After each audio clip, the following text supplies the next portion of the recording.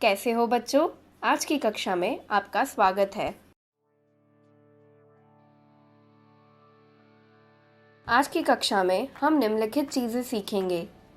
महिला आश्रम पाठ, पूछे गए प्रश्नों का उत्तर, पाठ में दिए हुए कठिन शब्दों के अर्थ, सूचना के अनुसार कृत्या पूर्ण कीजिए, पाठ पर आधारित विचार प्रकट करने वाले प्रश्न, मुहावरों का अर्थ और उनका वाक्य में प्रयोग, अपने मित्र सहेली को जिला विज्ञान प्रदर्शनी में प्रथम पुरस्कार प्राप्त होने के उपलक्ष्य में बधाई देते हुए पत्र। आज हम लेखक कालीलक्कर जी द्वारा लिखित महिला आश्रम नामक पाठ का अध्ययन करेंगे। ये पाठ पत्र के रूप में लिखा गया है।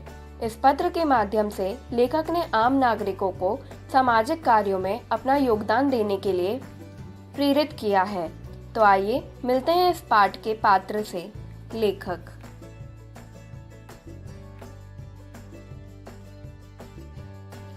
अपनी महिला आश्रम बनाने की कल्पना को साकार रूप देने के लिए अपनी पुत्री सरोज को पत्र के माध्यम से निर्देश देता है कि वह एक बहन के साथ मिलकर महिला आश्रम को चलाने की शुरुआत करे। महिला आश्रम के संगठन में किसी पुरुष की दखल अंदाजी ना हो, इसके लिए किसी विज्ञापन का सहारा न लेने पर जोर देता है एवं पैसे के लिए कहीं मांगने जाने की आवश्यकता नहीं है। से लेखक का तात्पर्य है कि महिलाएं अपने बल पर पूर्णतया स्वावलंबी होकर रहें। आश्रम में रहने जो महिलाएं आए वे अपने कपड़े एवं खाने पीने का बोझ उठाने में सक्षम हो। यदि वह गरीब है तो उनको आश्रम में ठिकाना दिलवाने की इच्छा रखने वाले संस्था या व्यक्ति जो भी हो उनकी खाने पीने एवं कपड़े की जिम्मेदारी ले। आश्रम में शामिल करने से पहले महिला के विषय में पूरी जानकारी प्राप्त करने पर ही उसे शामिल करने से लेखक का मतलब है कि आश्रम अर्थात घर में किसी तरह का डर एवं आतंक का माहौल ना रहे। जब चाहे कोई महिला आश्रम छोड़कर अपनी इच्छा से दूसरी जगह जा सके, किंतु किसी पर संदेह कर निकालने से पहले कारण की पूरी छानबीन करना एवं 1 या 3 महीने पहले सूचित करना आवश्यक है। इससे लेखक ये जताने की कोशिश कर रहा है कि आश्रम में घर जैसी आज़ादी एवं सद्भावना का माहौल होना चाहिए।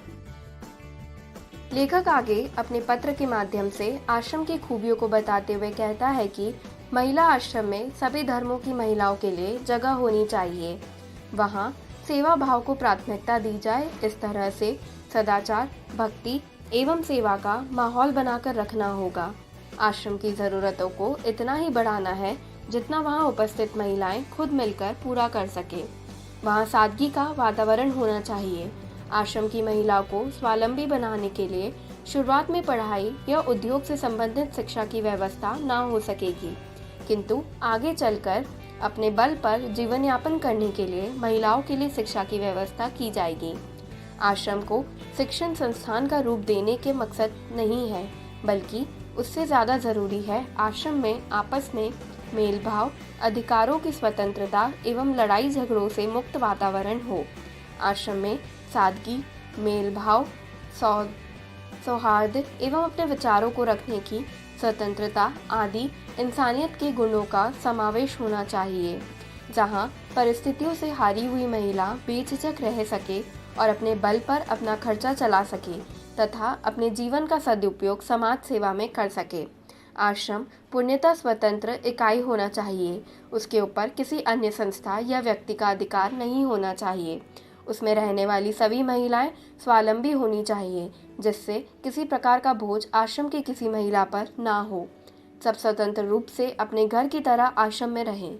लेखक की ऐसी इच्छा है कि यदि इस प्रकार की व्यवस्था महिला आश्रम की हो तो वह एक आदर्श आश्रम होगा। लेखक आगे लिखता है कि आश्रम को चलाने की जिम्मेदारी वहां रहने आने वाली महिलाओं में से योग्य महिलाओं द्वारा पूरी की जाएगी।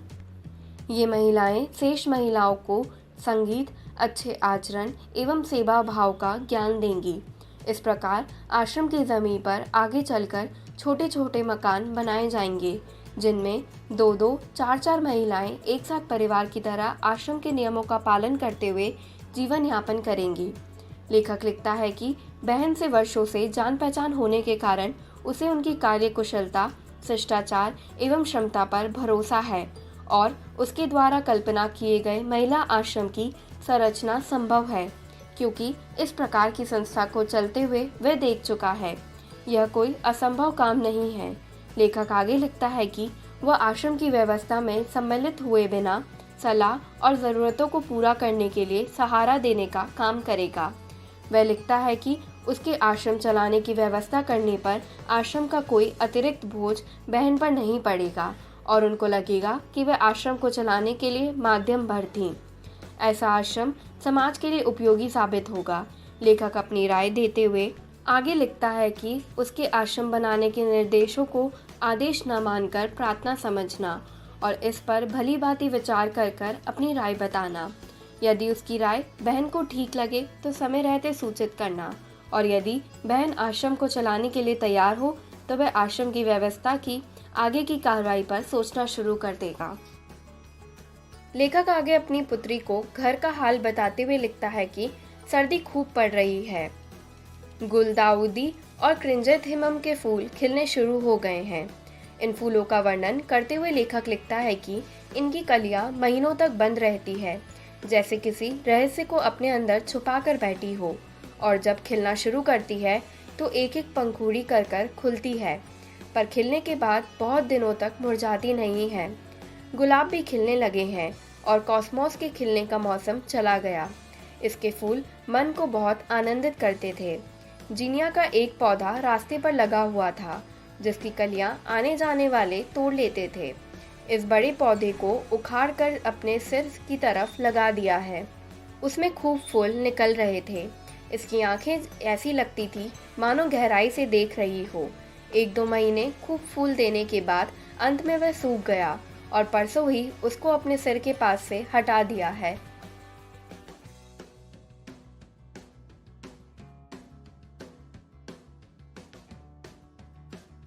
लेखक अपनी पुत्री को संबोधित करते हुए लिखता है कि उसका दिनांक 16 से 18 तक लिखा हुआ पत्र आज अभी मिला। वह उसको महीने की 1, 9 और 15 तारीख को पत्र लिखता है और चौथा पत्र आज लिख रहा है। लेखक आगे लिखता है कि अब वह हर हफ्ते पत्र लिखेगा। लेखक अपनी पुत्री को राय देते हुए लिखता है कि जब तक उसकी तबीयत ठीक नहीं हो जाती तब तक चिरंजीव रहना, मुझे पत्र लिख दिया करे तो अच्छा रहेगा, क्योंकि उसे हर हफ्ते अपनी पुत्री के पत्र का इंतज़ार रहता है।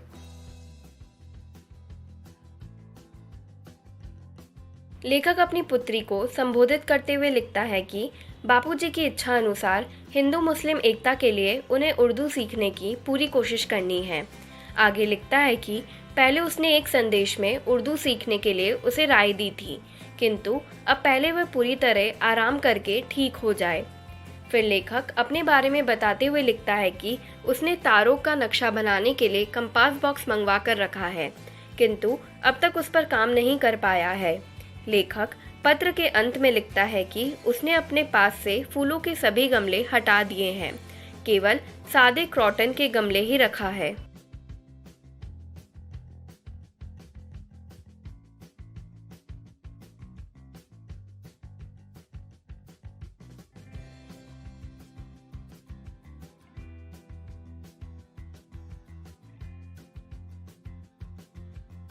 बच्चों, अब हम इसमें पूछे गए प्रश्न का उत्तर जानेंगे। क्या आप में से कोई निम्न प्रश्न पर अपने विचार बताना चाहेगा? ठीक है, चलिए मैं अपने विचार बताती हूँ। प्रश्न 1, अनुशासन स्वयं विकास का प्रथम चरण है। कथन पर चर्चा कीजिए।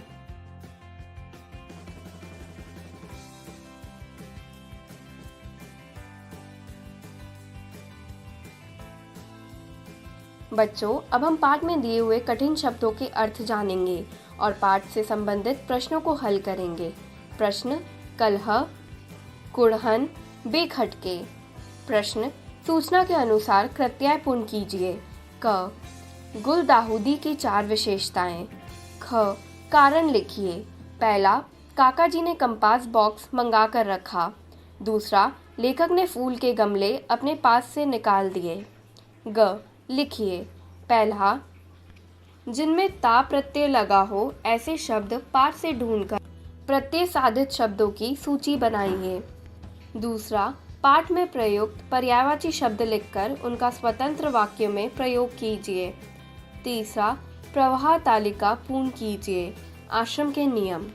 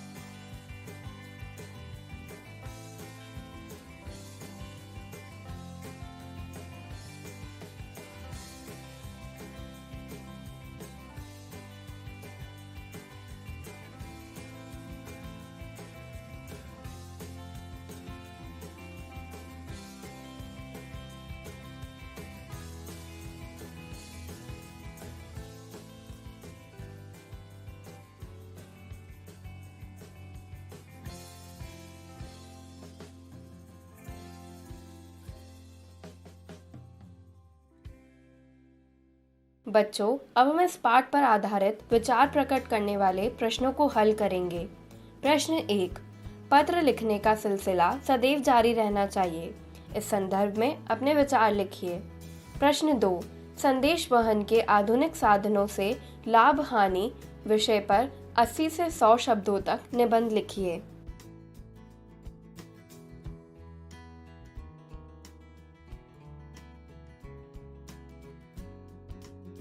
बच्चों, अब हम मुहावरों का अर्थ और उनका वाक्यों में प्रयोग करेंगे।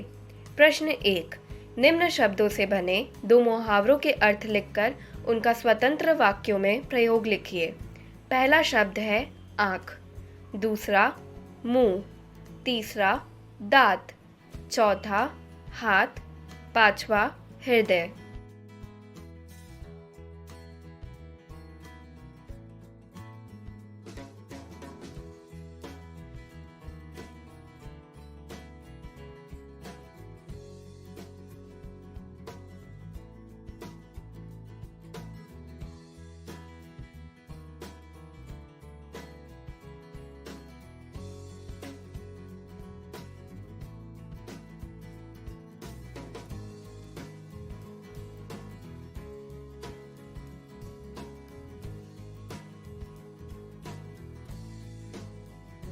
बच्चों, अब हम पाठ के अंतिम प्रश्न को हल करेंगे।